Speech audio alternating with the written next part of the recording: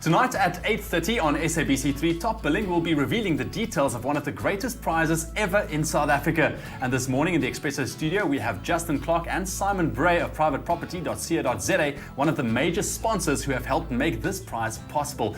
Gentlemen, welcome to Expresso, and a big thank you on behalf of all the viewers who stand a chance to win this amazing prize. Pleasure, Ewan. It's good to be here again.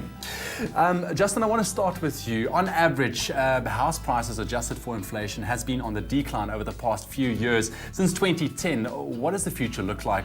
Let's take it from next year. Will we see an increase? That's a great question. I think that it depends whose data you're looking at, first of all.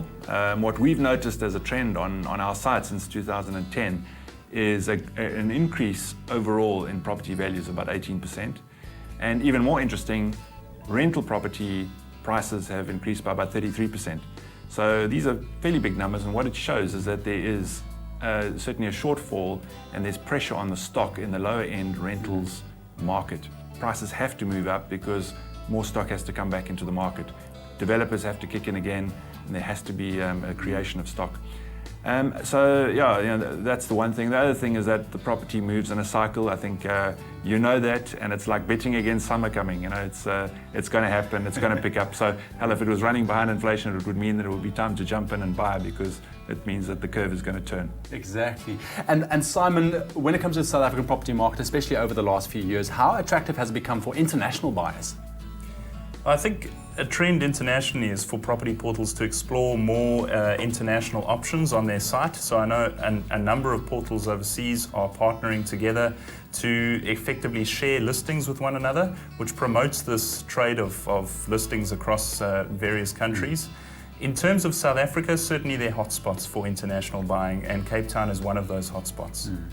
And if you consider selling your property, Justin, how do you determine whether to sell locally or sell to an international client? And is that something you need to consider? Very definitely. I think that you need to make sure that your property gets exposure, especially if you are in an upmarket area like the top billing property is in. You really need to make sure that you get exposure on the websites that are going to give you a result. Of course, it would be very important to make sure that you are on private property. Make sure your agent puts you on private property, or you're selling it yourself there. And we spoke on occasion that buying a property is a very good investment. Do you think buying in South Africa will still continue to be a really good investment? Absolutely. Property is it's bricks and mortar. It's as safe as houses. It's tangible. It's going to be in the future. There's lots of people that are not housed yet. We will have a growing economy. I think we're going through a little bit of a glitch at the moment, but the fact is we have far too much to offer, and property is an integral part of a growing economy.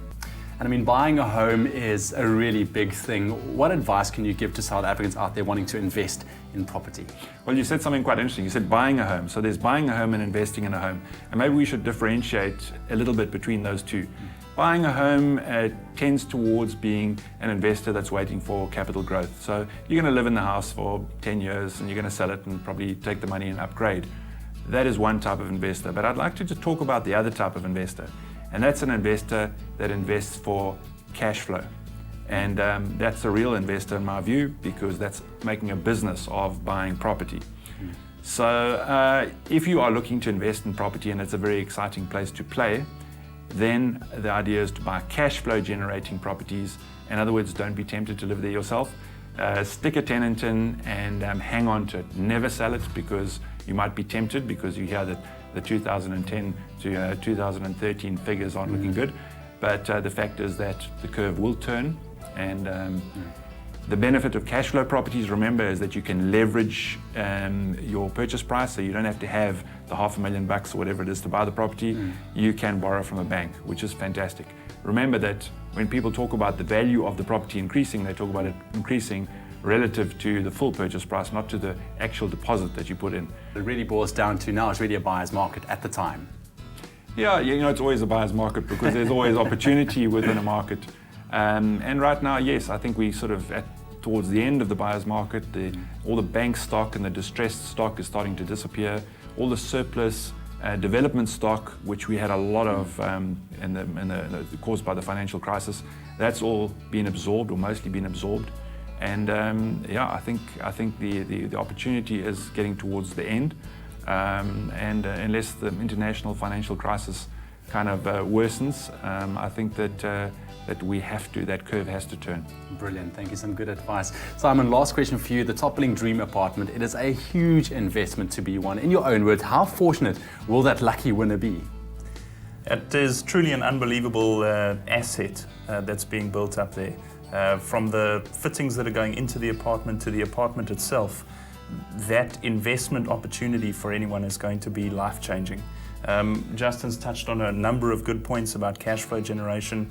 The truth is, to generate cash flow in property, you have to make a better rental return than the costs of holding that property. And when you get effectively given a property of this value, then the cash flow returns are almost completely profit.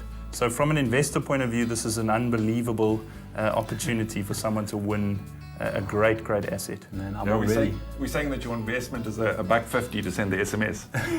And that's nothing compared to what the final prize is. So make sure you don't miss Top Billing tonight on SABC3 at 8:30 to get all the details on the Top Billing Dream Apartment prize. Watch for your clues on the show, and if you SMS the correct answer, you could stand the chance of winning an iPad from privateproperty.co.za tonight and every Thursday until mid-December. Plus, make sure you're in line to win the overall grand prize of the apartment worth more than R5 million.